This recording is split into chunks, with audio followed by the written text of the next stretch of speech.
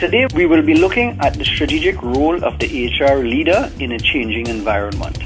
In a recent publication, it is outlined that there is a growing need for qualified HR professionals to fill key positions in new and existing organizations in Trinidad and Tobago. Need is for competent persons who can make the HR function one that is an integral part of the business and who can demonstrate how the HR processes can make significant value-added contributions to the organization's success.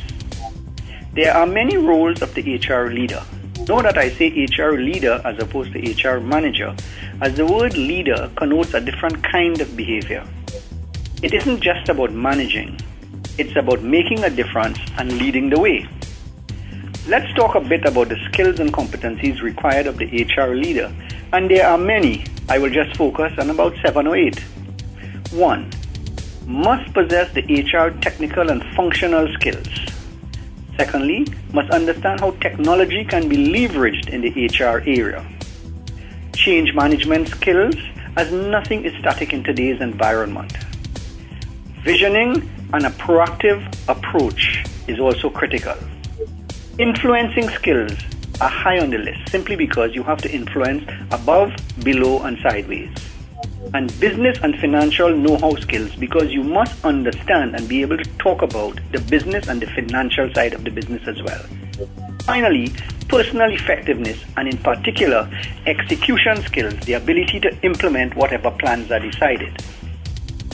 HR is no longer about day-to-day employee file maintenance and handling employee grievances.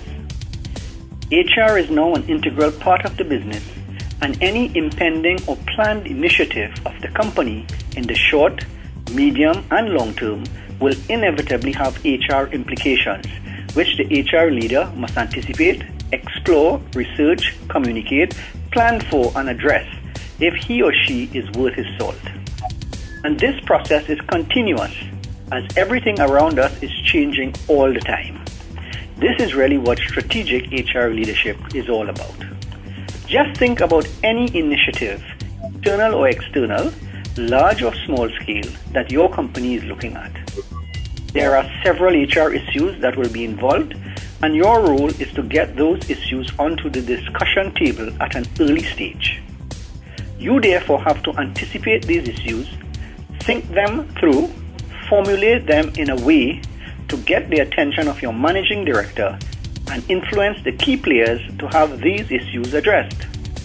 This is not necessarily an easy undertaking, but nevertheless an important role of the HR leader.